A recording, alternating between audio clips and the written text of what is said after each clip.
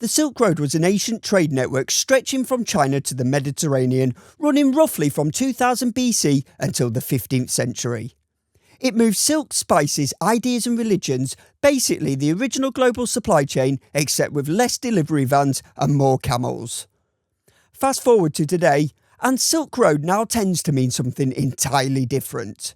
A now infamous darknet marketplace where you could buy illegal goods, pay in crypto and have it all turned up via the same postal service that still, somehow, can't deliver your AliExpress order on time. And when I first heard about WM Watches releasing a piece inspired by the Silk Road, my eyebrows were raised, both of them. So is this watch a respectful nod to one of history's most significant trading networks, or does it feel more like a commemorative plaque for a darknet exit scam? Let's find out.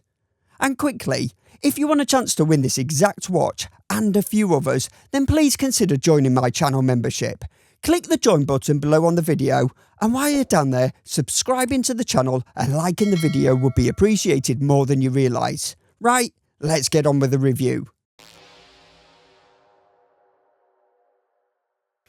First impressions, this WM220 Dunhuang clearly has the consistency of Marmite. You'll either take one look at it and immediately throw up, or you'll have already left me and head into AliExpress with your credit card in hand. I doubt there's many in the middle ground. The silver coloured dial is honestly quite impressive, even if it's not your thing. There's a Silk Road trade map subtly embossed into it. It's not obvious at first glance, it's very fine, very detailed, and only really reveals itself once the light hits it properly. The bezel is complicated. It's technically a dive bezel, but functionally it doesn't really know what it is. You get a 15-minute countdown and that's your lot. The pattern design sits under the sapphire, and visually it's original and really striking, but legibility clearly wasn't the priority. As a piece of design, it's interesting. As a dive bezel, it's more of a suggestion. And that's where I'm a bit torn. I like the originality, I like that they've clearly had fun with it, but it also slightly cheapens what could have been a genuinely special watch if it had shown a bit more restraint. It's also very heavy, thick and overbuilt. You'll feel it immediately on your wrist. This is not a watch that disappears once it's on. Quick specs before we move on. A 41mm stainless steel case, 47mm lug to lug, and a mental 15.7mm thick. A top hat double domed sapphire crystal, sapphire coated bezel, NH35 movement, 200 metres of water resistance, solid steel beads of rice bracelet, and an on the fly adjustment clasp. The Silk Road wasn't a single road, and it certainly wasn't a single idea. It was a loose, shifting network of trade routes that changed over centuries, cities rising and falling, paths rerouting around wars, empires, deserts and politics. It was fragmented, imperfect and constantly in motion. That sense of movement comes through the dial more than you might expect. The silver surface carries an embossed map of the Silk Road trade routes, not laid out as a clear graphic but broken up across the dial. Some sections catch the light clearly, others fade almost completely depending on the angle. You'll never see the whole thing at once, which feels appropriate for something that never really existed in a single complete entity. The applied indices are deliberately restrained, save for the emblem at 12. Clean shapes that are neatly finished and positioned so they sit on the dial rather than compete with it. They act as fixed reference points over something that's intentionally fluid underneath. The hands follow the same logic, but the seconds hand is the exception. It introduces a sharp pop of green, the same green used on the bezel, and it stands out immediately against the silver dial. It's the only part of the dial that feels deliberately modern, almost like a visual anchor linking the historic theme to the more contemporary, slightly louder elements elsewhere on the watch.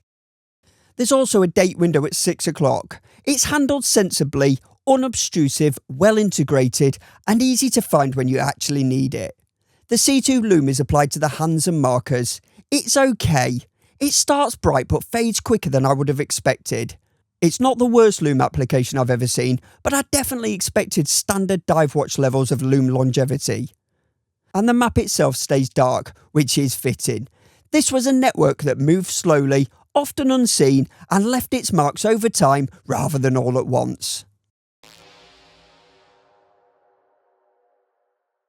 The first thing you'll notice about this watch isn't the finishing or the proportions, it's the weight. This thing is heavy. With all the links attached, it comes in at 168 grams, and you feel every single one of them. A lot of that weight is concentrated in the watch head, largely because of the sheer thickness. It's 15.7mm tall, including the very pronounced top hat sapphire crystal. That thickness is clearly a deliberate aesthetic choice, combined with the need to hit 200 metres of water resistance. Personally, I think this is where I would have made a different call. Given the design and the fact that this isn't a no-nonsense tool diver, I'd happily sacrifice some water resistance to shave off a bit of the bulk. But if you like your watches big, solid and macho, then yes, this will be right down your road. Possibly the Silk Road. I know, that pun was awful. Despite the thickness, it doesn't actually wear that big. The case is 41mm across with a 47mm lug-to-lug, which keeps it within the realms of looking acceptable on the wrist, even on noodle-limbed people like me. The case design is fairly straightforward, and that works in its favour. You've got fine straight brushing across the top, a thick polished chamfer running along the edge, and polished case sides that sweep neatly underneath. Around the back, a solid case back continues the tough guy theme. It's thick, neatly machined and engraved with a Chinese symbol reading Dunhuang, which apparently translates to something like great and prosperous. Though, for all I know, it could be item 46 from the Chinese takeaway menu. Now this is a more expensive watch than the WM220 I reviewed recently, and like that one, this one comes with a beads of rice bracelet, which I'm always a bit of a sucker for. This time though, it's the real thing. Individually moving beads, not the imitation variant from the cheaper model. It looks great, it's finished well and it moves smoothly. There's a bit of a droop when you hold it out, but that's exactly what you'll expect from this style of bracelet. It's finished off with the usual AliExpress on-the-fly adjustment clasp. I've complained about this clasp being too big in the past, but here it actually makes sense. It suits the size and weight of the watch and does a good job of balancing out the very heavy watch head. On the wrist, you'll definitely feel the weight. This is not a watch you're going to forget you're wearing. That said, it does feel well balanced. Once it's on, it stays put, and you won't be constantly fiddling with it, trying to reseat it throughout the day. Crucially though, despite sitting high, it doesn't look ridiculous on my 6¼ inch wrist. The footprint works. I do wish it was about 2 or 3mm thinner. I think that would have absolutely nailed the proportions. But as it stands, it's still perfectly wearable rather than cartoonish. As for the design overall, I actually really like the concept. I genuinely admire what they were trying to do here. It's different, confident, and it doesn't look like anything else currently floating around AliExpress. In a larger collection, this makes a lot of sense. It's the oddball piece you'll reach for when you're bored of the sensible watches. For a smaller collection or a one-watch setup, I can see it being a bit of a harder sell. It's quite specific, quite bold, and not especially subtle.